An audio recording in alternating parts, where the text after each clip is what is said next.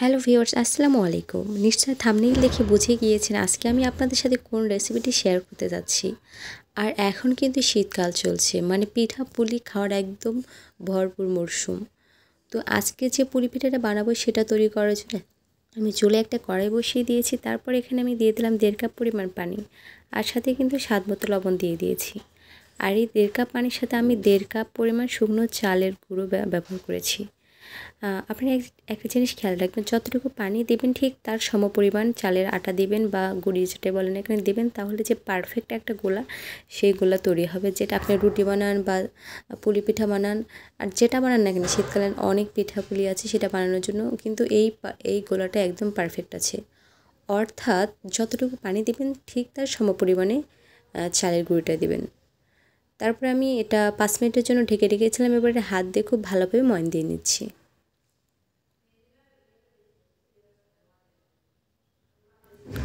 By the way, আপনারা দেখছেন S cooks corner BD, সাথে আছি আমি জান্নাতুন নাইম।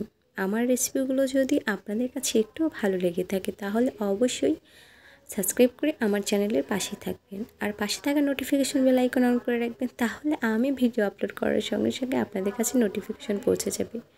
তো যাই হোক, কথা বলতে বলতে কিন্তু এটা খুব ভালোভাবে ময়ান দেওয়া হয়ে গিয়েছে। আরও একটু ভালোভাবে ময়ান দেওয়া নেওয়ার জন্য আমি একটা ফিরির উপরে নিয়ে নিচ্ছি। এবার এটা হাত দিয়ে কিছুক্ষণ চটকে নেব।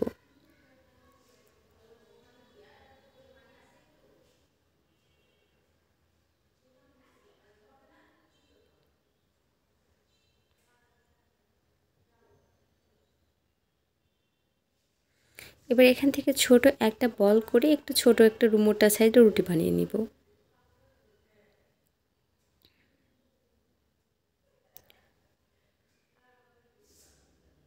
এবার একটা বেলুনি দিয়ে এটা বেলে নিচ্ছি। তাহলে তার আগে কিন্তু একটু চালের গুঁড়ো ছড়িয়ে নেবেন, তাহলে কিন্তু এটা মানে তলানিতে বসে যাবে না। এই যে দেখতে পাচ্ছেন এতটুকু মোটা করে করে তারপরে একটা কৌটার মুখে দিয়ে আমি আমার গোল গোল করে সবগুলো বানিয়ে নিয়েছি। অর্থাৎ আমি যতগুলো আজকে পুলি পিঠা বানাবো তার জন্য যতগুলো আসলে রুটি ছোট ছোট রুটির প্রয়োজন বা ছাঁচের প্রয়োজন সেগুলো আমি করে নিয়েছি। এখন ভিতরে যে আমি পুরটা দেবো, এবার এটা আমি ঢাকনা দিয়ে ঢেকে রেখে দেবো, তা না হলে কিন্তু এটা শক্ত হয়ে যাবে। এবার ভিতরে যে আমি পুরটা দেবো নারকেলের পুর, সেটা তৈরি করার জন্য ফার্স্টে চুলায় কড়াই বসিয়ে দিয়ে তারপর আমি দিয়েছি 200 গ্রামের খেজুর গুড়, আর এখানে 150 গ্রাম পানি দিয়েছি। এবার এটা জাল করে গুড়টা গলিয়ে নিব। এরপর এখানে আমি অ্যাড করে দিচ্ছি হচ্ছে আধা কাপ নারকেল কোরানো। এখানে আমি ফ্রেশ নারকেল কোরানোটা ব্যবহার করেছি, আপনারা চাইলে কিন্তু এখানে ফ্রোজেন নারকেল কোরানোটাও ব্যবহার করতে পারবেন। আমার চ্যানেলে কিন্তু অলরেডি অনেকগুলো পুলি পিঠার রেসিপি দেওয়া আছে, আপনারা চাইলে দেখে আসতে পারেন। আমি ডেসক্রিপশনে লিঙ্ক দিয়ে দেবো, আপনারা চাইলে চেক আউট করতে পারেন।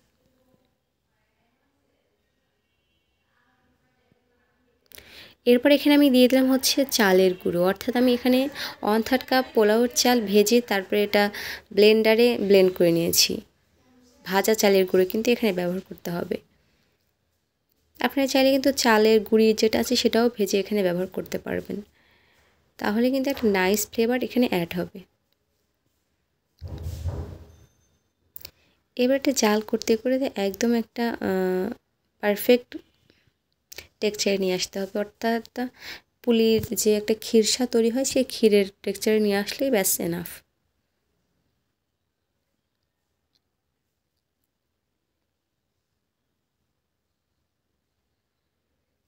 এবার এটা আমি একটা চুলা থেকে নামিয়ে নিচ্ছি। দেখে নিশ্চয়ই বুঝতে পারছেন এটার আসলে কতটা ঘনত্ব আছে বা শক্ত পুর হয়েছে। এবার এখান থেকে একটা একটা করে নিয়ে এই যে দেখতে পাচ্ছেন আমি সাইড দিয়ে একটু করে চাপ দিয়ে দিচ্ছি, তাহলে এটা একটু কিছুটা মানে বড় হবে আর নরমও কিন্তু আছে। দেখে বুঝতে পারছেন এখনই কিন্তু এটা অনেক নরম আছে।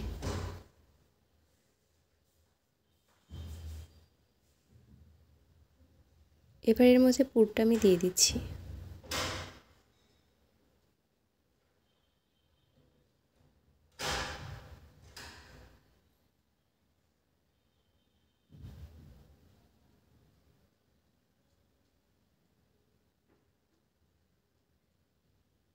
এখানে বলে বোঝানোর কিছু নেই, জাস্ট আপনি একটু খেয়াল করলে বুঝতে পারবেন আমি আসলে কেমন করে এই নকশি পিঠার নকশিটা করছি বা এই মুখগুলো সিলগালা করে দিচ্ছি।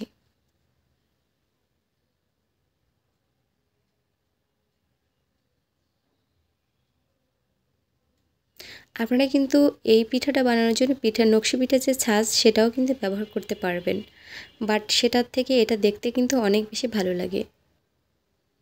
আসলে পরিশ্রম করলে যত বেশি পরিশ্রম করবে যেটার পেছনে সেটা কিন্তু আসলে দেখতে ভালো লাগে। তো যাই হোক, আমি আরেকটা পিঠা আপনাদেরকে বানিয়ে দেখিয়ে দিচ্ছি আসলে কতটা সহজভাবে এই পিঠাটা বানানো যায়।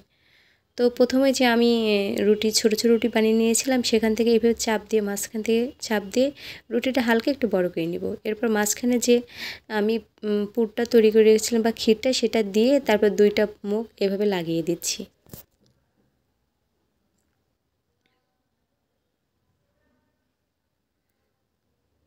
তারপরে এখান থেকে একটু বড় করে নিয়ে এই যে দেখতে পাচ্ছেন, এটা কিন্তু একদমই ফেটে যায়নি। খেয়াল রাখবেন যেন এই পিঠাটা ফেটে না যায়, তাহলে কিন্তু ভাজার সময় এটা খুলে যেতে পারে। এবার উল্টো পাশ থেকে একটু করে চাপ দিয়ে নিলেই কিন্তু হয়ে যাবে। তো যাই হোক, আমি সেম প্রসেসে কিন্তু সবগুলো পিঠা বানিয়ে নিয়েছিলাম। একটু কাছ থেকে আমি দেখিয়ে দিচ্ছি আসলে পিঠাটা কতটা সুন্দর হয়েছে।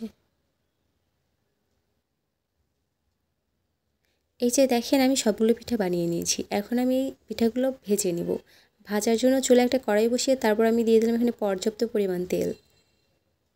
তেলটা গরম হয়ে আসলে তারপর আমি এখানে পুলি পিঠাগুলো দিয়ে দেব। তবে যাই হোক, সেটা কিন্তু মিডিয়াম টু লো হিটে ভেজে নেবেন, একদম হাই হিটে বা একদমই লো হিটে ভাজতে যাবেন না।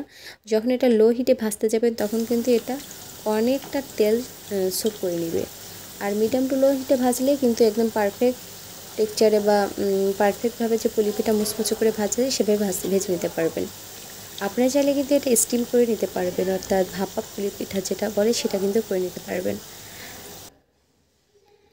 এরপর আমি এখানে দিলাম 1 চিমটি হলুদ গুঁড়ো, যেন একটা সুন্দর কালার এই পিঠাটা অ্যাড হয়। আপনি চাইলে স্কিপও করতে পারবেন।